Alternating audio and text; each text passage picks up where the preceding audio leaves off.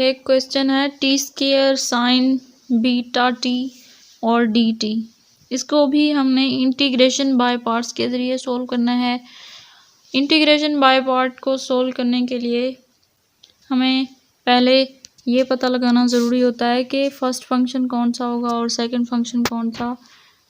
इसको मालूम करने के लिए हम आइलेट फार्मूले का इस्तेमाल करते हैं।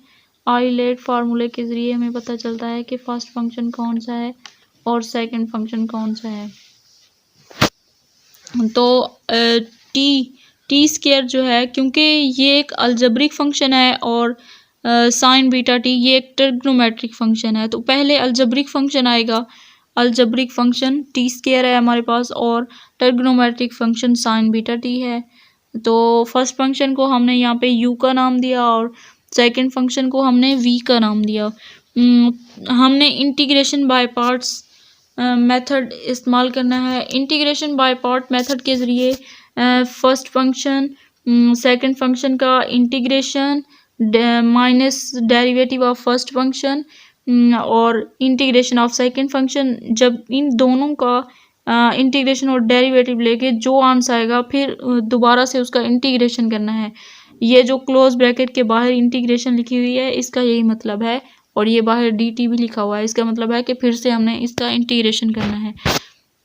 तो हमने इन दोनों वैल्यूज़ को पुट किया, T square integration sign beta T minus यही फर्स्ट फंक्शन फिर से इस डेरिवेटिव के साथ लिखा और ये सेकंड फंक्शन इंटीग्रेशन के साथ लिखा, इंटीग्रेशन में लिखा। अब हमने इनको सोल्व किया। इस इंटीग्रेशन को जब सोल्व किया, इंटीग्रेशन ऑफ साइन होता है minus cos, integration of minus cos beta t over beta, ये ओवर बीटा लिखा माइनस ये इसका डेरिवेटिव जब लिया तो इसकी जो पावर होती है उसे नीचे ले आते हैं और जो भी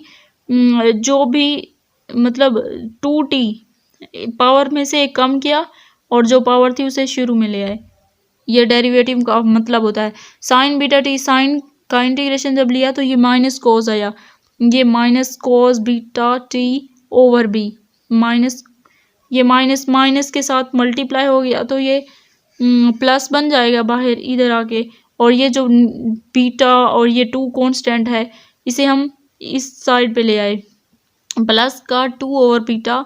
अब इसको हमने आई के इक्वल रख दिया। ये जो भी पूरा क्वेश्चन होता है ना, इसे हम, क्योंकि जब हम अगेन इंटीग्रेशन करेंगे तो ये दोबारा से आएगा, इसे हम फिर वहाँ पे आई का नाम दे देंगे। इसलिए आगे चलते हैं। Again integration by part, again integration by part सिर्फ इस वाले हिस्से की करनी है, सिर्फ टी कॉस बीटा टी की। जब इस वाले बस इतने से पोर्शन की हमने 2 बीटा टी अभी रहने देते हैं, 2 बीटा, ये बाहर वाला 2 बीटा इसके साथ अभी मल्टीप्लाई नहीं करवाते, बाद में करवाएंगे। टी को हमने फर्स्ट फंक्शन माना और कॉस बीटा टी को सेकंड फंक्शन। फर्स्ट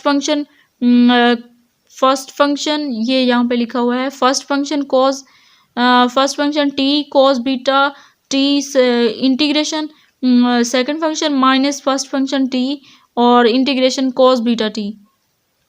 जब हमने इसको सोल्व किया, कॉस का इंटीग्रेशन होता है साइन, ये साइन टी वैसे का वैसे रहेगा, टी ओवर बी, बीटा क्योंकि sign beta t over beta आएगा, तो ये हम टी के नीचे लिख दिया हमने, sine beta t over b minus इसका डेरिवेटिव, टी का डेरिवेटिव चूँकि टी का डेरिवेटिव 1 होता है, इसका डेरिवेटिव सोल्व किया 1 sine beta t over beta, और टी ओवर बीटा ये तो पहले से हमने सोल्व कर लिया था। ये बीटा, ये जो नीचे बीटा आया इसे हम शुरू में ले आए, 1 ओवर बीटा हो गया यहाँ पे।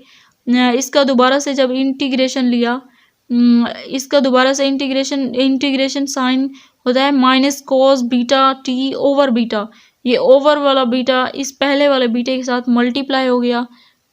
तो जब मल्टीप्लाई हो गया,